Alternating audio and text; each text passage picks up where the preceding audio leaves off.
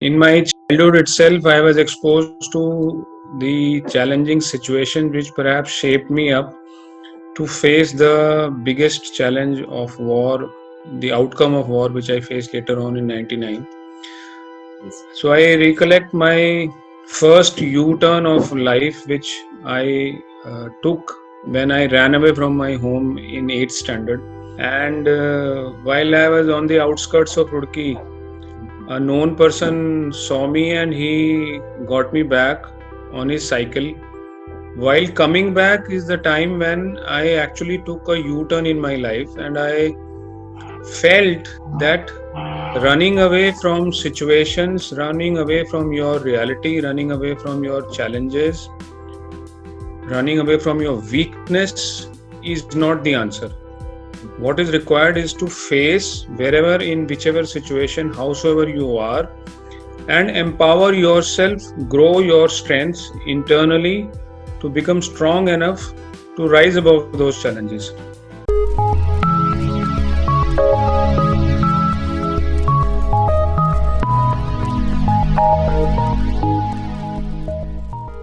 Make sure that you don't miss any of our free classes and exclusive new videos on SSB Show Short Plus. Subscribe now and hit the notification bell. Follow us on Instagram for more informative and motivational content, offers, and updates related to the armed forces. Visit our website for numerous online courses and study material. Call us on 6364 052525 to inquire and register.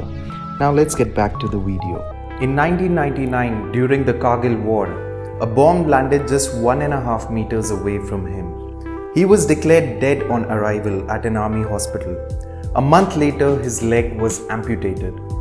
A few years later, in 2009, he became India's first ever Blade Runner. He holds numerous Limca world records and was among the Limca People of the Year in 2016. He received a national award for the empowerment of persons with disabilities in 2018. In 2019, he became the first disabled solo skydiver from Asia.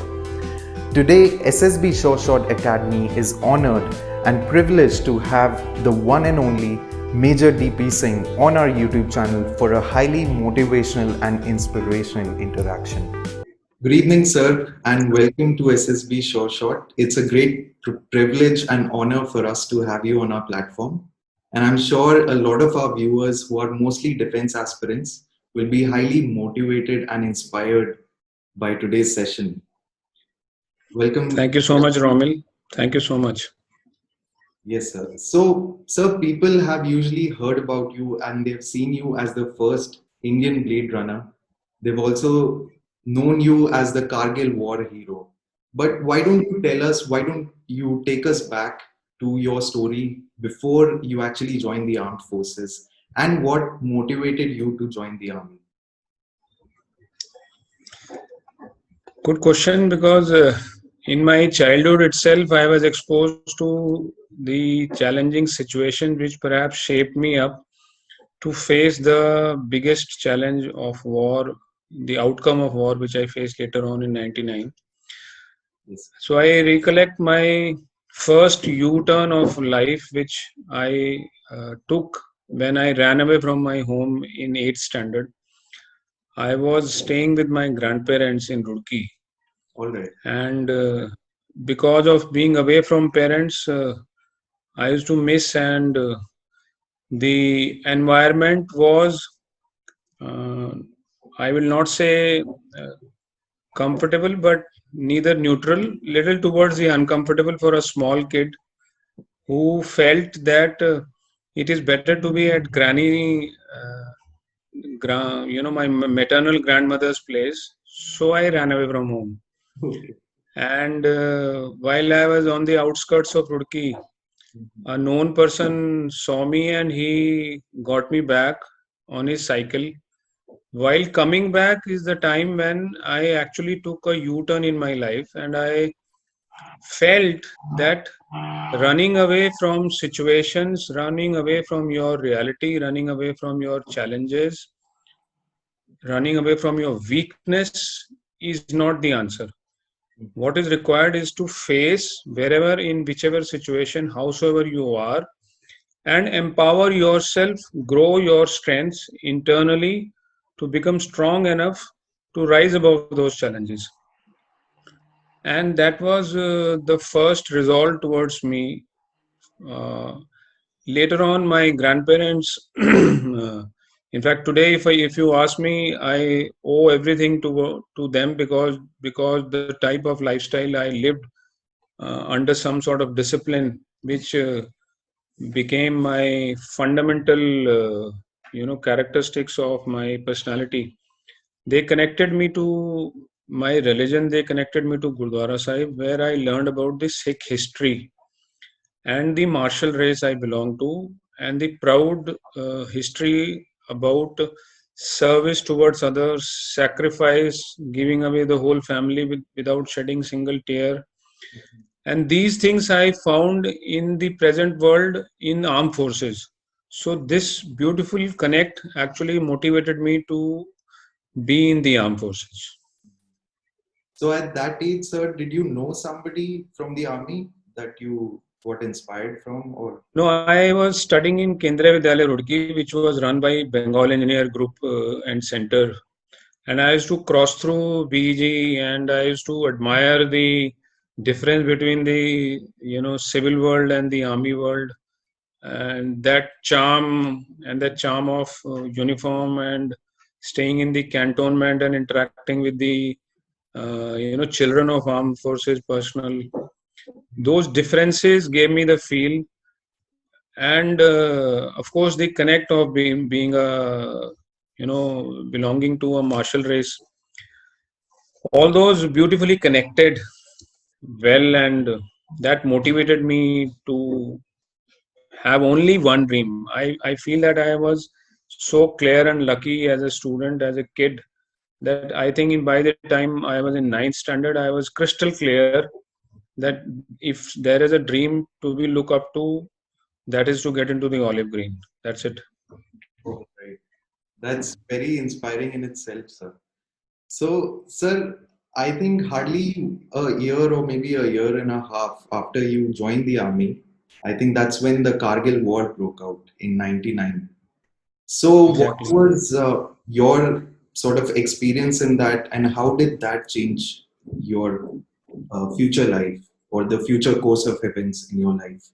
Because I think that is the most interesting part. Well, interesting life I lived after that second U-turn of my life, because as I mentioned, the first U-turn enabled me on the thought process of not running away from the situation, challenges, difficulties, problems, or whatever setbacks whatever name you give it to them. And the second by the time I reached to the second U-turn, which was the Kargil War, Operation Vijay, and you are absolutely correct. 97 December I got commissioned, and July 99 I got injured. It was year and a half, and though during that year and a half I had only completed my young officers and commando course and some amount of chutti at home. That's it. I was directly sent on the post, the post on line of control. But I was evacuated as an injured by my team, the 7 Dogra Battalion boys. But what I learned in that short span of about 1 month plus stay at the post is, that Chetwood motto is actually supposed to be lived 100%. Country comes first, then comes your team. You can only draw anything out of your team, make them do anything, if you take care of them well, look after them well, before self. Maybe that is the reason why when I came under heavy shelling and I was lying as a pool of blood and flesh, because mortar bomb had exploded just meter and a half away from me, and all the shrapnel had pierced me and cut me through, and blood was coming out like fountain. Within fraction of second I was unconscious. That's where the team played the role. My boys, who disregarded their own personal safety, knowing very well that they are well within the enemy reach to be taken pot shot one by one, knowing very well that there is a river stream flowing behind, and one later on I came to know that one out of the four stretcher bearer was a weak swimmer. But despite knowing their own realities, again in front of them, what was more important was to have focus on the sole aim, which was to evacuate their officer commanding from the battle zone. I feel that I could make out some emotional connect with them, that they disregarded everything. It's not that otherwise also Indian Army soldiers do not do something like this. They are well known for this such type of acts and bravery. But why did I say so? Because while I was deployed on the post, one of the senior NCO who had put in 15 years of service and who was about to get retired had passed a beautiful comment on me that साहब, मेरी 15 साल की नौकरी में मुझसे किसी ने इतना काम नहीं करवाया जितना आपने पिछले 15 दिन में करवा दिया मुझसे, और वो भी हंसते हंसते. So that speaks something. That's where I say that if you look after your men, your boys well, they will take care of yourself. And that is where the Chetwood motto comes.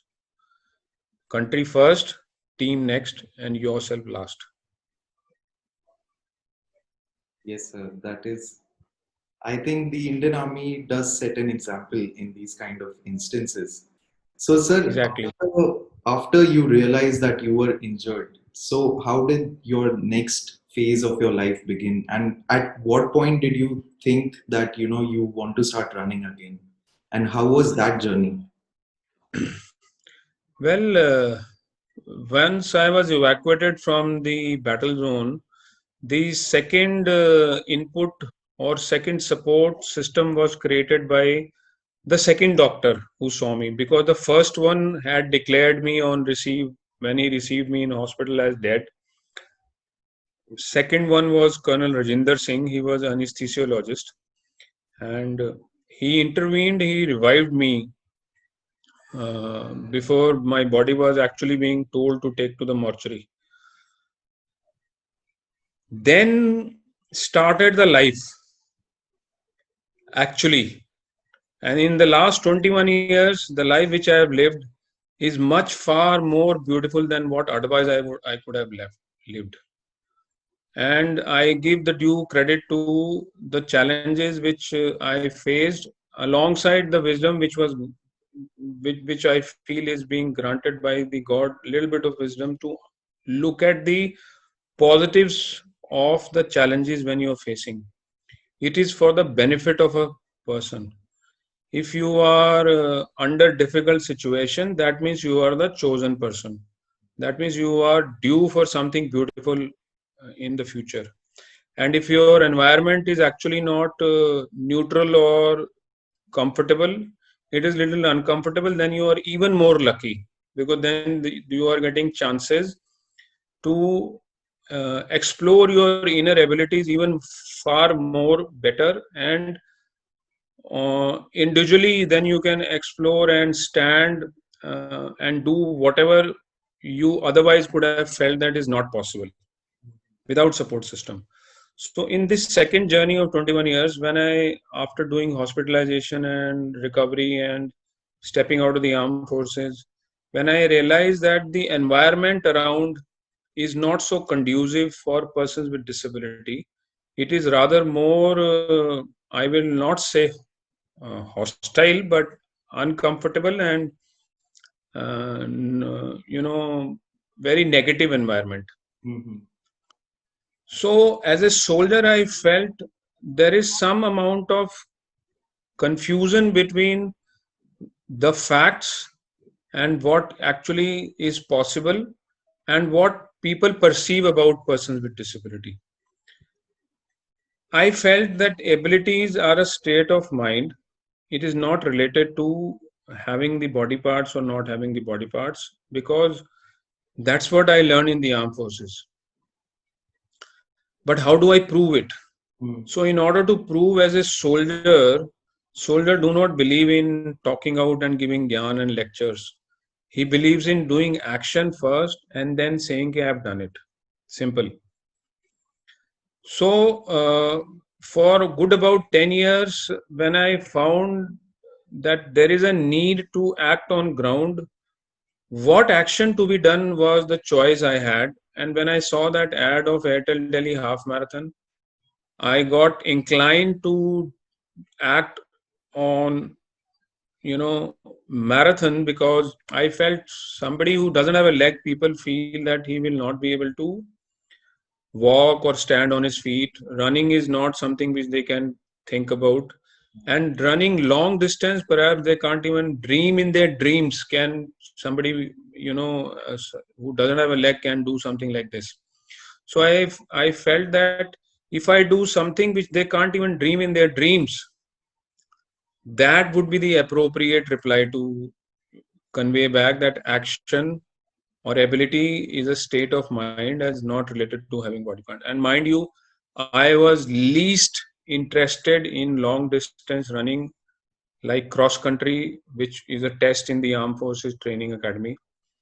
I was a second enclosure type of a runner, and that cross country test used to be like a tick mark for me to be done because it is there. Otherwise, I was not at all interested.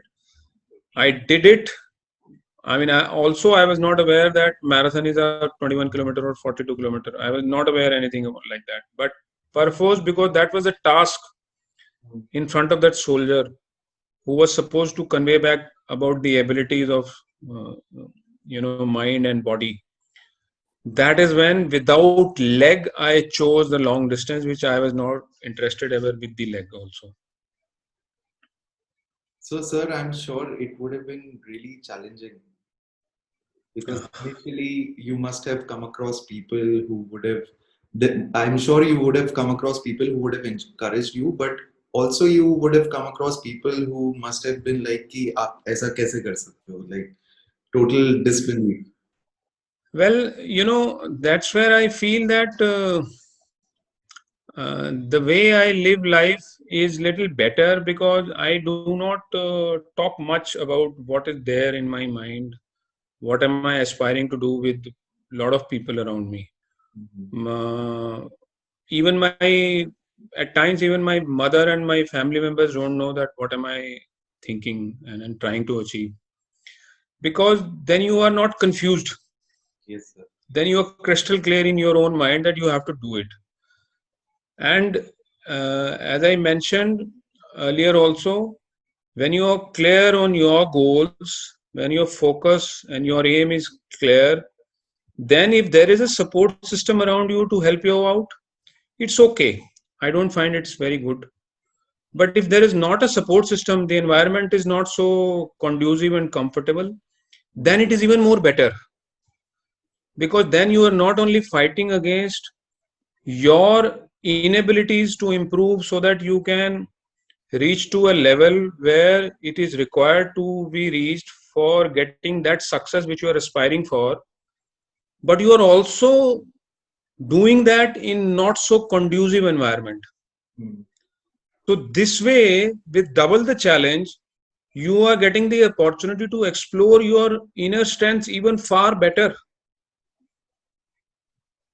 That's the perspective which I want to give to all the listeners today. That don't look for support system around you. If you are getting it, very good, it's okay. But if you're not getting it, don't get bogged down. Look at it from a perspective that even in the not so proper conducive environment, if you achieve success, then anything will not stop you ever in your life to achieve anything which you want to dream and achieve ever in the future. You are much more empowered. Yes, sir. I think listening to that, I think you really enjoy taking on challenges head on. And, and your achievements speak for itself, basically, because you were the first Blade Runner from India. Then I think last year you became the first battle casualty veteran to skydive. So, do you have like a checklist that I have to do these things in the next few years, or how do you get motivated? From where do you pick these things? Well, I feel that if your intent is good, and you want to live a life which is of quality and not of a mediocre type, then you will always, there would be some amount of itching for you to do something more, and do not just sit on your laurels and, brag about yourself that, oh my God, I've done something great. What you did was the story of past. It's history now. What matters is what you are doing now. But then keep it under the wrap till you've not done it. Don't keep on posting your Facebook status and social media status. I am going there, I am doing that, I am breathing, I am taking breath in and breathe out, and all that stuff. Do it first, have that metal inside you, and then convey, I've done it simply. So this was there also in at the back of my mind, that enough of, and I perhaps feel the second reason of doing something more and more is that I get bored very fast. कि अब हो गया यार, what's so crazy about it now? I've done enough of road running. Of course, I continue run because that helps me to tame all my injuries all over the body, which otherwise, troubles me. If I don't train myself, if I don't run, if I don't exercise, because body and mind is supposed to be ragdoed, to be put into use. If you go into the comfort zone, then you are going, then you are actually wasting your time, and your strength and abilities will reduce slowly and slowly. So that makes me continue the running part. But then enough of road running. Then I went to the high altitude, I went to the off-road type of running. Then what?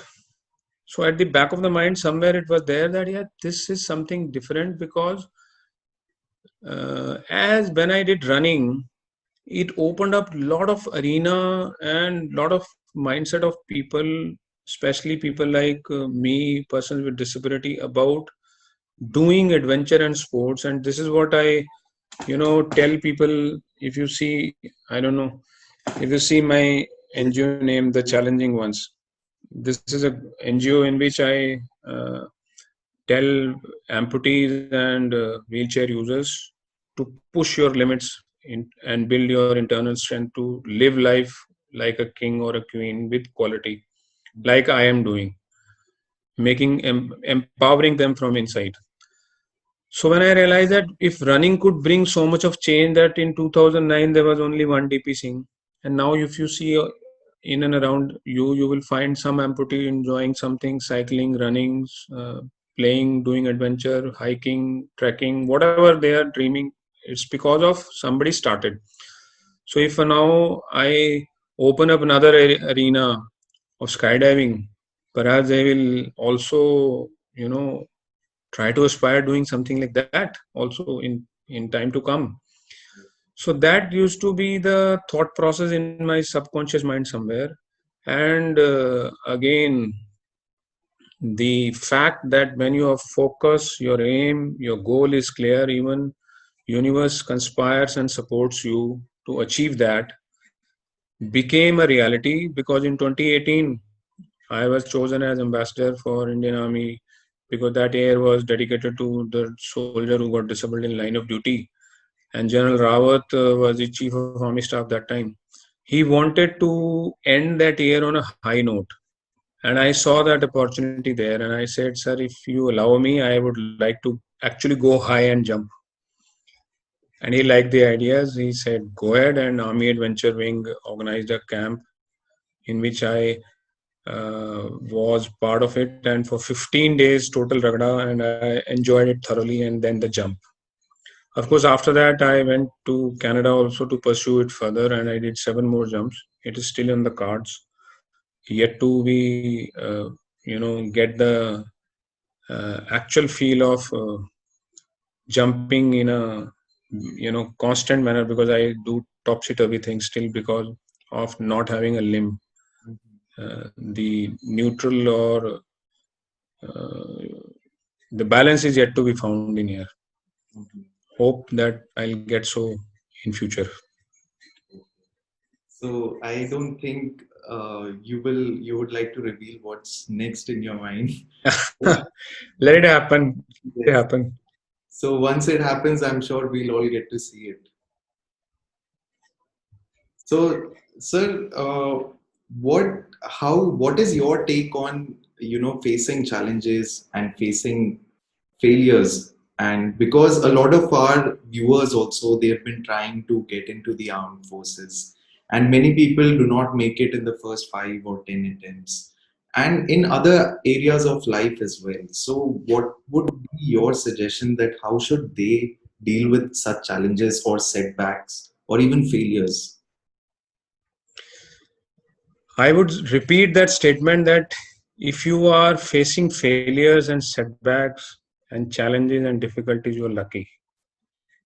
You're absolutely lucky person, because those who sail smoothly and keep getting everything on the platter, there might comes a day in their life when they get a sudden jerk, and then they will tend to give up. At times they tend to resort to suicides and such stuff also. Hmm. But those who pass through the challenging situations, and over that, even if you are even more lucky if the environment is not conducive, that's the added advantage. If people around you, your family members or your friends or somebody are telling you you can't do it, that's even more better. Sone pe suhaga. Because then you get even further chance to explore your inner strengths, which is the key. The mantra of living a successful life is man jeete jag jeet. If you are able to control and tame your mind and body, you can do anything. And when such situation comes, you are being left alone to tame your mind and body on your own. Your internal strength improves even far better vis-a-vis when you are being supported by somebody, because when you are supported by somebody, then you tend to resort to that support, and the moment that support is taken away, then you become weak. So overall, those who are into challenging situations, and additionally those who are not having conducive environment, they are the most luckiest people on the earth. They only have to hold on, stay and tame their mind and body. Man jeete jag jeet is the mantra. And then in future, I would say even universe will not be their limit. They can do any damn thing. Yes, sir. That's a very, very motivating message for the youth out there who are watching this video. And I think it was sort of written in the destiny for you as well, because usually I've read this somewhere that a mortar shell, if it falls, I think there is a certain diameter. Within that diameter, people usually don't make it. But Exactly. It is 8 meter dia is the killing zone, and it was 1.5 meter away from me. yes, so somewhere I think it was all. I don't know if you believe in destiny or not, but I think I absolutely believe in destiny. You see, I'll tell you what is destiny and what is karma. I absolutely believe in both these things. Now, destiny is something that I am sitting here and you are sitting there.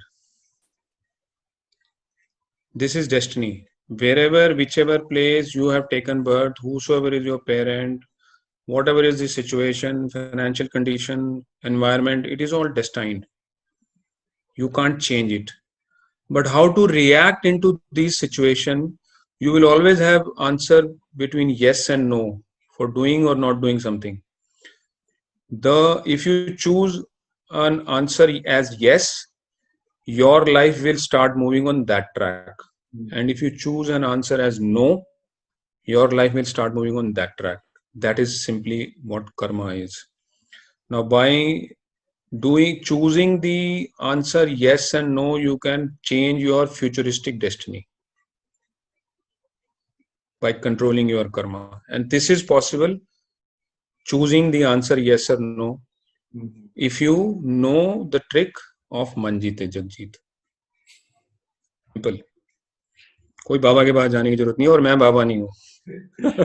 Yes, sir. So I think most of it comes down to your mental strength more than your physical abilities. Because if you're able Of to, course, yes, yeah, of course, it is, everything is what you are thinking, hmm, and your thinking is very well connected with your what is your intent. If you are, if your heart and mind is in sync hmm, and your intent is pure, then your thoughts will automatically become better. And then you know that this step is good or bad for me, not from the comfort perspective, but from the value system perspective. And when you put the value system as a standard, as a benchmark, and value system can be referred from Gita, value system can be referred from Guru Granth Sahib. Value system is very well known to us from the holy books. So when you refer your standard of life and quality of life to that value system, and you get the answer of choosing between yes and no, so most of the time you will choose no if you are not comfortable with that answer. hmm, And then there'll be a chaos because you chose no. Actually, you could have chosen yes for that. And then there'll be a tussle. And that will create chaos in your mind. hmm. And then the thoughts would be something different. So everything revolves around what you think. Thinking becomes better if your intent is pure. It's simple. I like the way, sir, the way you simplify complicated things. Actually, it is simple. Life is very, very simple. Nature is very, very simple. Sun will always rise in one direction only and set in one direction. Winds have their tendency to flow in summers in some from one direction and winters from another direction. We complicate the things in life by actually brooding and putting and thinking that we are too smarts Yeah. and I can change the world. That's why I mentioned, if you put the standard as value system which is being told by such saints and pure rishis and gurus in the holy books, and surrender also towards the Almighty, then the life becomes simple. But at times everybody thinks that I am Napoleon and I am Alexander, I can rule the world, I can conquer the world, I am Ashoka, but they don't realize that all of them actually and finally surrendered. Yeah. This is known to everybody, but still we want to explore in the same life. Do it, Hmm. but keep that standard, keep it simple. Then it becomes easy. Yes, sir. Sir, I'm sure our viewers would have learned a lot of life lessons from the conversation already. But before we wrap up the session, any parting advice, any last word, or any key tips you want to give to the youngsters out there? So we have discussed a lot of things. You have seen the session very well now. Now switch off from the social media and start working in your life. That will make you reach somewhere. Yes. That's the last parting note which I can mention. All right. Thank you so much, sir. I'm sure this was a very motivating and inspirational session for all the viewers out there. And we would love to actually, interact with you in person. If you ever come down to Bangalore, we would love to host you for maybe a couple of days. And but I, God willing, surely we will do that. yes, sir. Thanks a lot for your time, sir. It was a great honor and a privilege for us. And thank you so much. Thank you, Romil, and convey my good wishes to all the aspirants whom you are teaching. God bless them all. Take care and Jai Hind.